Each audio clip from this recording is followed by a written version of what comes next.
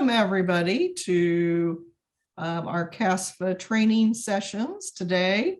We have Leticia Gradington, and she is going to be visiting with us about financial literacy. She's got a great presentation for us and some good examples and reasons why we need to be paying attention to financial literacy, and hopefully giving some resources to our students. So Leticia, I'm going to let you take it away. Okay, good morning. Good morning, everyone. One, I always want to say thank you for the opportunity to be able to speak. I'm going to go ahead and bring up my presentation, and we'll get started there.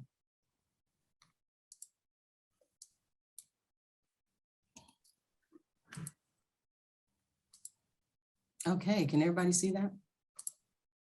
I can. All right, excellent. Okay, so the presentation is called Why College Financial Planning. First, let me tell you a little bit about myself. My name is Leticia Gradington. I have been in higher ed as the adjunct professor and the founding director of Student Money Management Services at the University of Kansas. I have a financial background of 20 plus years, and I've been in CAFSA for 11. I've also been on the board of directors. I've been the treasurer. So I've been very active in the last decade or so with CAFSA, and it is a passion of mine as well. I thank Diane Lindelman for almost over 11 years ago interjecting financial literacy into the fold of CAFSA. I think they go hand in hand. So let's talk about why college financial planning is important. I just think it just makes good sense. You know, people don't plan to fail, they fail to plan. I don't believe that people get up in the morning with the initiative to not make good, you know, in life. I think when it comes to college financial planning, sometimes right now what we're doing, some of our students are stepping into the financial world and they're really not ready. They're not understanding the dynamics of what needs to happen. But I believe that, you know, financial planning on the front end, you know, it just works out better. Academically, it works out better, and financially, it works out better. It gives those students that roadmap they need to understand what's coming. See, right now, I think students land on campuses, whether it's a 2-year or a 4-year, and they're basically buying a house without asking how much it costs. You know, that's like an adult driving down the street, you pass a beautiful house, you go, oh, that house is really pretty. I'm just gonna move all my stuff in. And once you move all your stuff in, then you're gonna say, now, how am I gonna pay for it? And that's a dangerous way to engage financially. And I think it's dangerous for students too. And we really have to find a way to be on the front end of financial understanding for our students. And it's a lot of tentacles there, and I understand that, but I think the planning part is what will make it possible for them. So my talking points today is, one, on behalf of CAFSA, I want to say thank you to all the high school counselors that are joining us on this call today, and we are taping it. So if you're seeing it, you know, on the recording, I'm thanking you as well, and we appreciate your participation. So what I'm going to talk about today is the current state of affairs of financial literacy. I'm also going to talk about a student voice survey that was recently completed by higher ed, and what students need for greater financial wellness. And then I'll leave you with some tools. We'll do some next steps, and then we're going to open it up for question and generate some conversation, and maybe talk about some things that we can do to help our students. And I know as counselors, let me just say this up front, I know as counselors, you have a lot on your plate, and, you know, one more thing just seems like something else to do, but I'm going to try to give you some resources that you can equip your students with, that they can engage in the process with you and not put more on your plate, if that makes any sense. So is there a need for stronger financial literacy education and support? Let's look at the numbers, because I believe the numbers are always going to tell the story. So Inside Higher Education and College Pulse implemented a student voice survey between January 31st and February 1, 2021 with the support of Kaplan. And the information that was found in this survey, I felt, wow, this is just some information we need to talk about so we can know where our students are right now. This is a recent survey.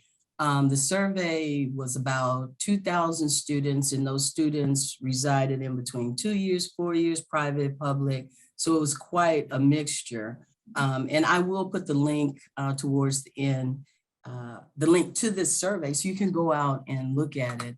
But I tried to pull, most of the highlights out of it for you so we could generate some discussion. So helping our students find the right fit, I think, is really important. We rally around the academic fit a lot. We rally around the GPA, being active during high school. Universities like to see that. Outside activities, being involved in organization, community projects, etc. That's part of the resume to go to college. That's what, universities and colleges look for. But I think, we have to look too now, because college is expensive and the cost of college is going up every day. And I think, we have to be as aggressive with the academic fit as we are with the financial fit. We've got to be more aggressive on that end. So, the question is that great GPA selection or that college selection, is that a good financial fit? Now, we all know sometimes institutions will give, that freshman scholarship, but after that freshman scholarship, then, those students are trying to figure out how to make up that gap. And usually if they're a first generation student or a student that doesn't have a lot of support, that can be a problem, right? So, I think the questions need to be, how much is the cost? And, is it within the financial reach of the student? I think that is so important. I don't believe that I believe college is expensive, but I also believe that it's affordable. And I believe it's affordable because I think that, I've been sitting in this office for 10, 11 years, and, it's the choices and the decisions that you make that impact, the tuition. And I can honestly say from a personal standpoint, I know the students that, we help on our college. And I know this is on every college. It's not, when I'm speaking, I'm not speaking about KU, I'm speaking about universities in general. So, how can parents contribute to the cost, if anything? How will they sustain themselves once they're living on campus? Are they on campus or off campus? What does this look like for them? Do the dollars make sense? See, because here's what I found in the tenure I've been in this office. Students will not be very honest sometimes when it comes to leaving institutions about their financial situation. A student will more than likely tell you they're leaving to go help grandma, or they got to go to work to help their parents. They'll tell you anything, but they will not most of the time tell you they can't afford to be here. That's just not a badge of courage they want to wear, and they'll walk away. And, we've got to work on getting students comfortable about talking about finances, right? It's not just retaining students. It's also about sustaining the student once and making sure that student is financially well, right? Everything revolves around money. And if you don't believe me, just look around you. Now, what does that look to a student that really doesn't have a job or doesn't have any income coming in? It's devastating, it's scary, so, understand finances can be intimidating to young folks, but we've got to circle around it a little bit more to get them comfortable about what it is, they need to do, not just in school. To me, this is a life skill, and you can practice that life skill while you're in a 2-year, 4-year college. So then when you graduate, then you understand what it is you need to do. But if you don't get it when you're in college, or if you don't get it, when you're in that schooling environment, you're going to graduate from the school of hard knocks. And that's when the students are going to get mad. They're not going to come back, and they're not going to give back, right? So, it's a lot surrounding around students financially, but, it's a mark, I believe, that has to be met halfway. And I also believe that, having students engage in the process itself, which I'm pretty sure most of you do, is 90% of the battle. If I have students come in and I ask, you know, how much is tuition and they can't tell me, then I'm like, okay, let's just run some numbers. And we run numbers, but I have them go look up the numbers. You know, I know the numbers off the top of my head, but me telling them doesn't help them, right? It's engaging them in the process. So let's look at, from the survey, who are students talking to and what are they talking about, right? So this is, like I said, this is a very recent survey. It was just published on February 25th of last month. So one, let's talk about money. Money is taboo. And, you know, most of you that are on this call grew up with that ideology that, you know, you don't discuss money. That's a private matter, right? But now we're trying to get our students to open up about it. But when you look at it, here's what they're talking about. You know, the cost of college, 84% of students that took this survey, they're talking about the cost of college. They're talking about student loans at a 69% rate. They're talking about credit cards. And they're talking about these things before they even get to a budget, right? So, you know, the conversation is high and it's heavy. This is also an interesting piece that has, you know, prevailed on campus, and that's investing in the stock market, right? We've got students now that are engaging in these investment apps, and, you know, they're putting their financial aid money in there, and they're putting money from their parents in there, thinking they're going to hit some get rich quick scheme. You know, I know you guys have heard of cryptocurrency. That's like the big mantra now, right? But also there's a fallback on that, because to me, with that, investing without understanding can lead to disaster. And there was a student that was investing in, I think it was cryptocurrency or investing in one of those apps.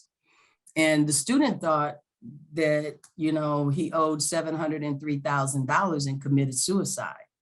So, you know, there's the thought we have to remember. One, we're very emotional about our money, and lack of understanding can bring, you know, confusion. And we want to be clear on all, you know, areas. But 54% of these students are investing, you know, in the stock market, in these apps and things like this. Saving for big purchases, 50%. That's pretty good, I think. You know, half of them are thinking about saving, you know, for the wedding, the travel, all that good stuff. The numbers, I believe, are pretty high, even for saving for retirement. If you can get college students to think that far in advance, that's a good thing, because you begin with the end in mind, right? You have to figure out where it is you want to go. People have a tendency to say it's a lifestyle. No, it's not a lifestyle. It's learning to style your life, right? And they're engaging in this. But the other scary part about this is 1 out of 5 students identifies they're asking their friends for finance advice. That could be scary, depending on the advice that the friend gives. Because we all know in financial aid that everything is different for everyone. So, you know, if I'm your friend and you come and ask me, and, you know, I project my financial aid situation on you, it may not be the same. So they may be getting poor information that's not accurate, that leads them to make poor decisions. And once again, it's just very personalized. And, you know, I think that's important, but I just think with the fact that they're talking about finances, you know, and these things are up in front of them is very important. But this is where our students are at when it comes to, you know, talking about finances. So where are our students keeping their money? I think that's interesting as well. And that was broken down in between community colleges and four-year institution. And it just seems like more students in a four-year institution are using checking accounts, but the numbers are so very close when you really look at them. So, you know, money is on their mind. It's just a matter of, you know, how they're manipulating their money to survive on a college campus. The other thing that we have to think about when we talk about money with students is, you know, students in crisis. When students are in crisis, the only thing they really think about is, I've got to get money. And they don't think about where to get that money from, who to talk to. And sometimes the resources, they're not as well known as we think they are, even though we live in these offices, right? Everyone doesn't know And so when you have a student that is in crisis, then they go to places like payday loans and, pawn shops and things of that nature. And at the end of the day, they don't read, and it's not a bad thing. But if you've ever seen one of those contracts for a payday loan, the interest rate for the payday loan is like on the back page in the square somewhere in small print. The student is not looking at it. And a student came into my office with a payday loan, and the payday loan, the interest rate on it was 259%. If you can even fathom, right? So immediately I was like, we need to do something about this. She was in an area where we could reach out and give her some help to get that paid off quickly. But I can tell you some of the things the students are doing for money it's crazy. They're selling blood, platelets, eggs, you name it. I've had students in here selling eggs, females. So, they're doing it and they need the money, but I believe sometimes the money that is given to them as students, they're not always good stewards of it, right? And they don't understand what to do with that money that's been given to them. And if you take a freshman that has never really experienced money and you put $1,500, $2,000, $3,000 in their hand, they're spending it. They're spending it because they haven't connected the dots yet that this is money that needs to be divvied out for the 4 months or 4.5 months they're going to be in school. Instead, they spend it. And I just had a student that ended up, he was a vet and freshman, he was in the, coming to the institution, and he didn't realize or understand the process enough to know that the money he was receiving needed to pay for his housing, right? And he spent it. Okay, so I think sometimes education is really important, but also students, they're going to do what they want to do with their money, not realizing. And then sometimes they put themselves in a hole that they can't really get out of. Whereas I believe that the education was on the front end. And I know institutions are big. I mean, it's almost an impossible, but we've got to find a way to do it so that we can help students, so the students can stay longer and, not have to leave a community college or leave a 4-year institution. See, the risk of dropout due to financial setback is real. And students are being set back in their own way. How worried are students about the ability, to keep up with a situation? If you lose your job, if you have large car repair, would they be worried? 67% of community college students said they'd be worried. 35% at a 4-year institution said they'd be worried. So they're worrying about this. It's just whether they're having conversation about it. And being on the backside of COVID, I think we really have to pad that because money is still an issue. And people are trying to recover from that. So, according to this actual survey, students basically because of COVID, they were almost unable to either enroll or remain in college. So the money part of this is real. I mean, it's very real. And I just think we have to keep that in front of us when we're, working with our students and talking to them. Don't be afraid to ask that question. I say there's one common denominator between high school, community college, and a 4-year institution. And that common denominator is high school counselors and advisors. They are the two people that you must see if you attend any institution, right? And that advisor is the one person that's going to FaceTime with these students. And just as we are, getting them set up for class and talking to them about their GPA and helping them get tutors if they need it and things of that nature, I think we have to incorporate that question. How are you doing financially? And just listen, because most of the time students will tell you if you listen. And I'm not saying you're not listening. Let me be clear on that because that didn't sound good. But if you're listening, you'll hear. Right. And sometimes it takes a little conversation to really get to why an issue may be happening. And I'll give you an example of that. I had a student who came in, and he came in because he didn't want to go and get a job because he was already challenged in school and doing really well. And he came and landed in my office and he said, "What can I do? I need help." And I was like, "Okay, fine. Let's sit down and figure out what we need to do." Well, I talked to that student for about an hour. And at the tail end of that conversation, that student was actually helping to support his family in a real important way. But the family, if they knew he had money, they would just suck it all out of him at one time. So what we had to do was sit down. We had the ability to get some money for him, and we did get the money.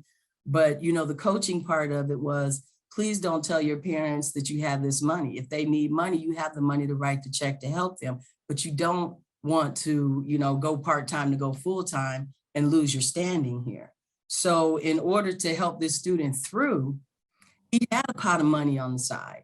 And when, that first of the month came and he had to help his mother, he just wrote that check. But he was able to do that, stay in school full-time, not have to go get another job.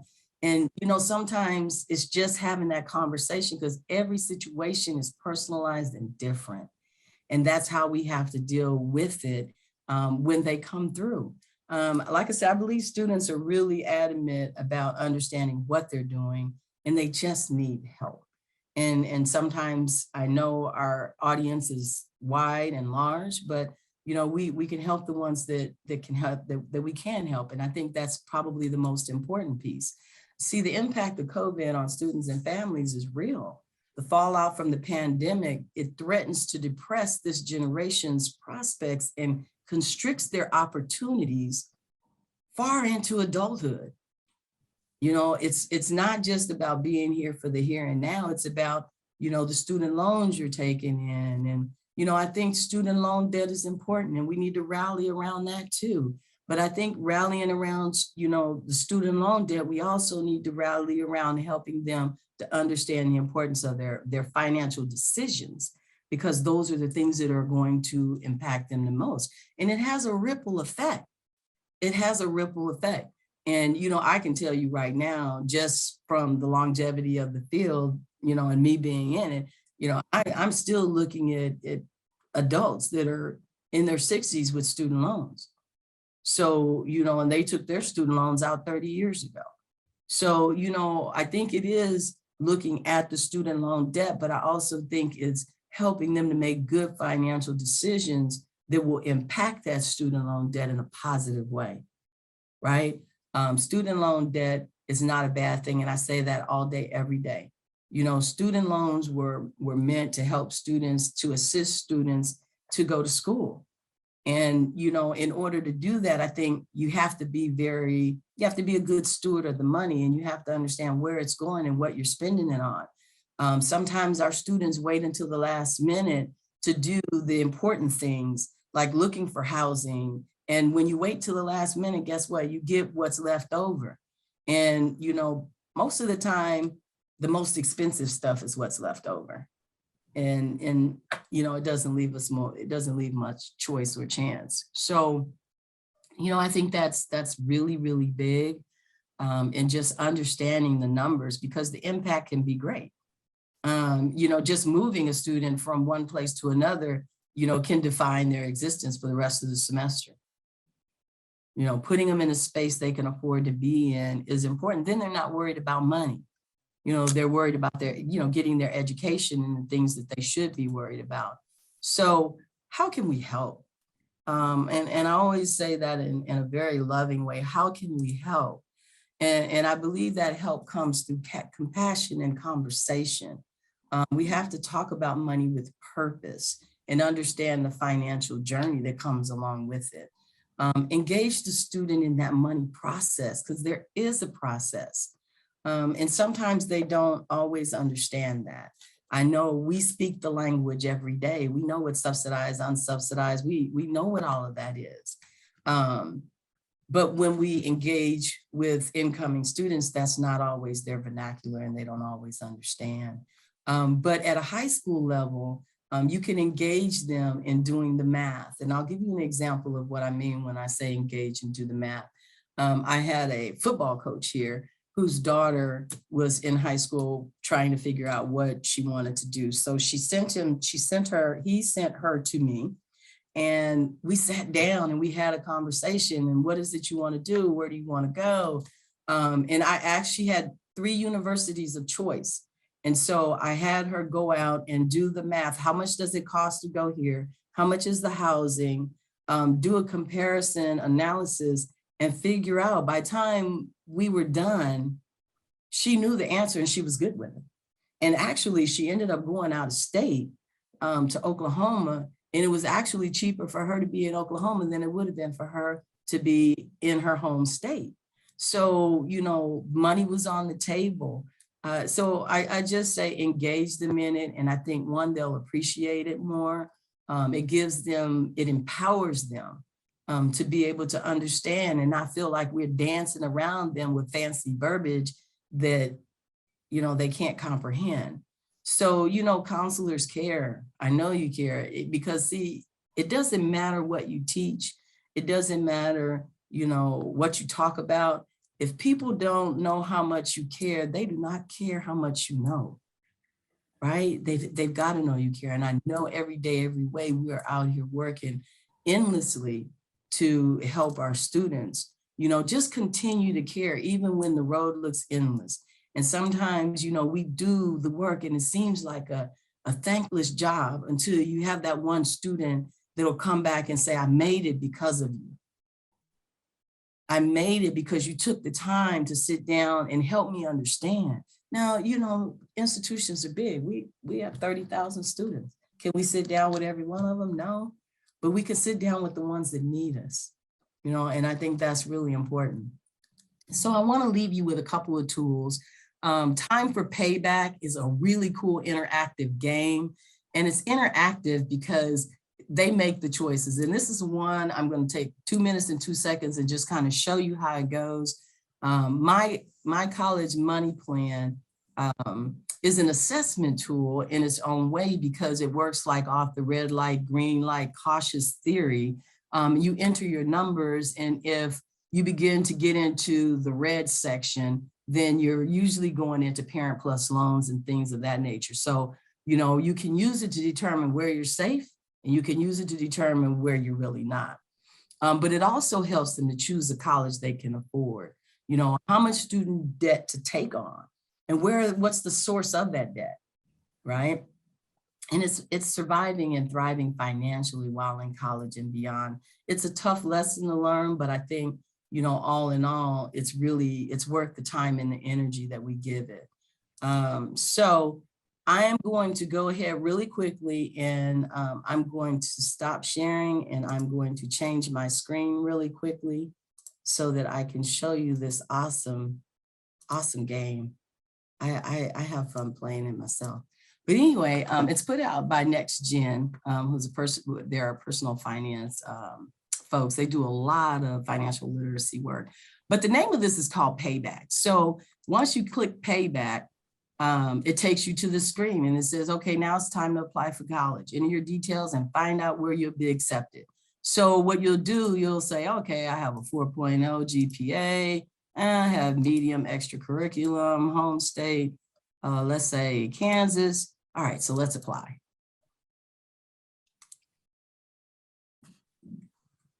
All right, so now that I've applied, now, I don't know if you can see that all the way.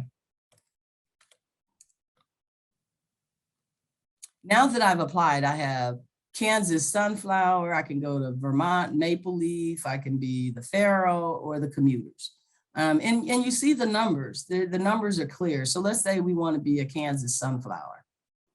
Then, okay, now I'm a Sunflower. And it kind of tells a little story, you know, you'll be saving tons of money on tuition and close enough, you know, different things going on, but it will carry them through scenarios. So now your uncle, like this is a scenario, your uncle is offering you $400 a day in labor. He's a cheap guy, so it must be, you know, a miserable job and he's not paying much. So you're going to pass on that, right? So if you pass, it pretty much gives you the result of that pass. Your uncle gave you an hour-long lecture about your lack of work ethic, but that's probably better than whatever job he had in mind. Okay, so don't know whether that's good or bad, but that was your choice. So when you get to college, you have to eat. Choose your meal plan. Meal plan is so big because we have so many students that, and sometimes I think it's more parents than students. They want to make sure that their kids are going to eat, and they buy the biggest meal plan, which is, you know, a large amount of money. And then the child eats, you know, may have oatmeal and a sandwich for lunch when, you know, they really could have carved down on that. So do you eat like a bird, standard, or are you extra hungry?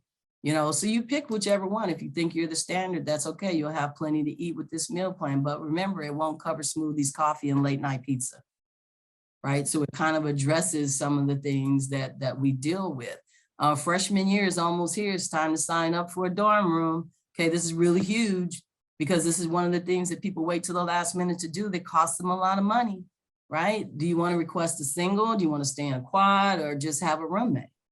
Okay, well, let's request a single room and see what that does to our budget.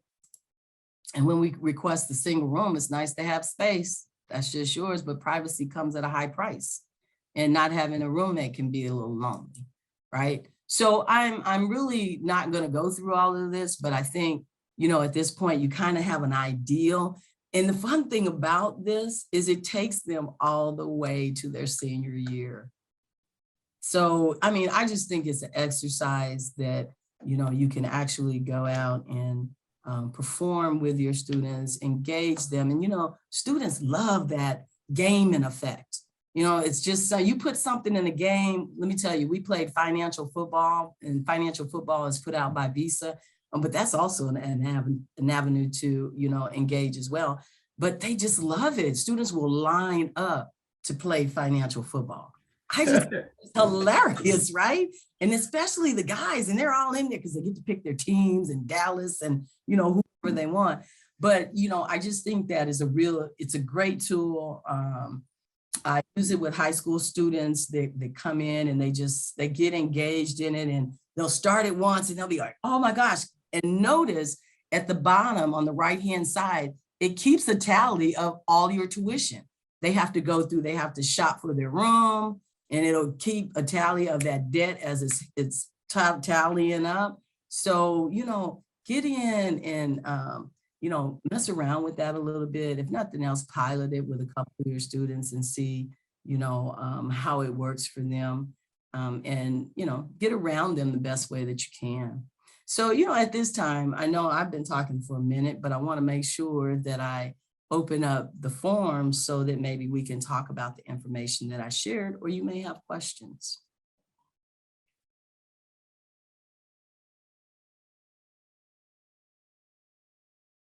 No?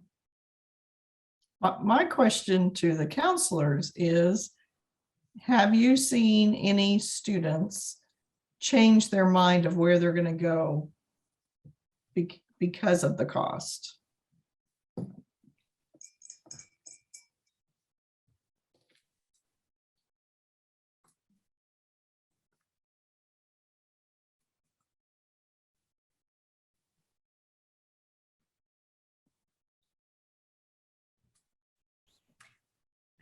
I would say, I don't know that anybody's really changed their mind, but maybe what I've seen more of is students that are going for a career technical program versus a four-year university. Mm-hmm. Okay.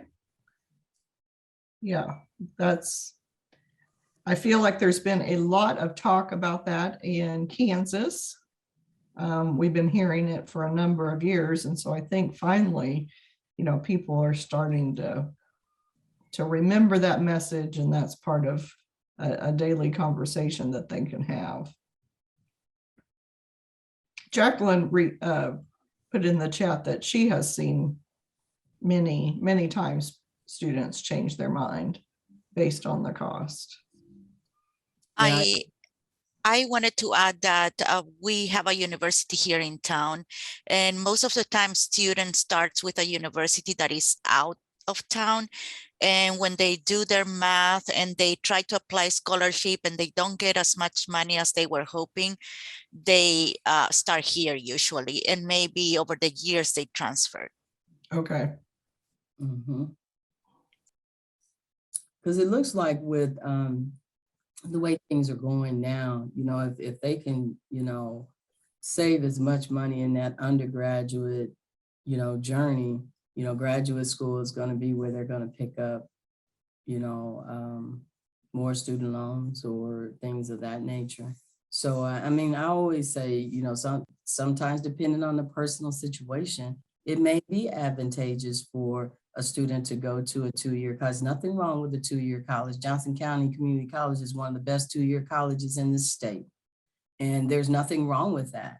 You know, to me, it's just, if you're going to do that, graduate and get the degree, so that when you come to the 4-year institution, then you're at that junior level and they won't go back in and pick out what they're not going to take.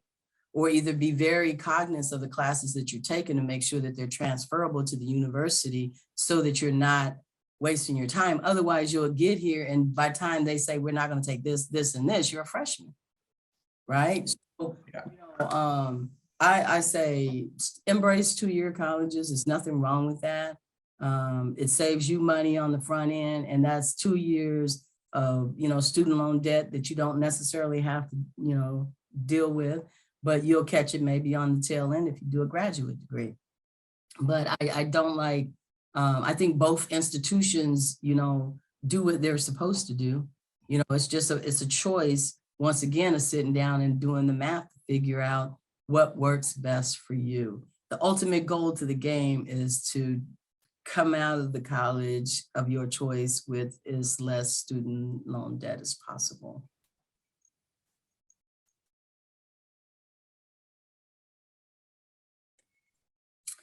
Okay, well, if there's no other questions or anything of that nature, then I'm going to say thank you for your attention, and it was wonderful to see everyone. I do have one more question. Yes.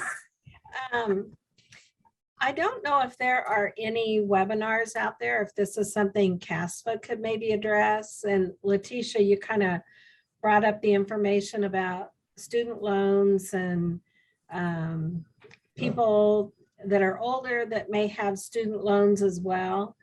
I know that that's something that my staff and I have been talking about, and we even have a member who is going through that, the public service loan forgiveness, trying to see if they can get their student loans forgiven.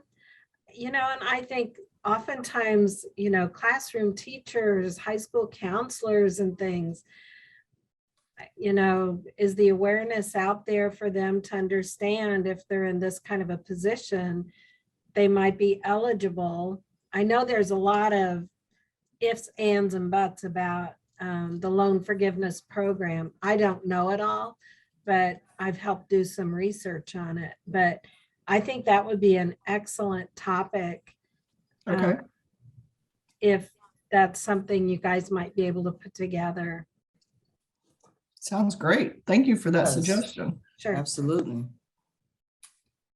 I would also say, just for anybody who's interested in more information on that, I found a group on Facebook that's all about PSLF, and it is some of the most insightful information that I've seen, because it's actually real people who have experienced getting their loans forgiven through the program or have come across obstacles and how they handle them, and they share their stories and their steps and their resources. So it's just a Facebook group. If you search for public service loan forgiveness on Facebook, it'll come up and you can join as a member. Thank you, Leah. That sounds exciting. Yeah. Appreciate that.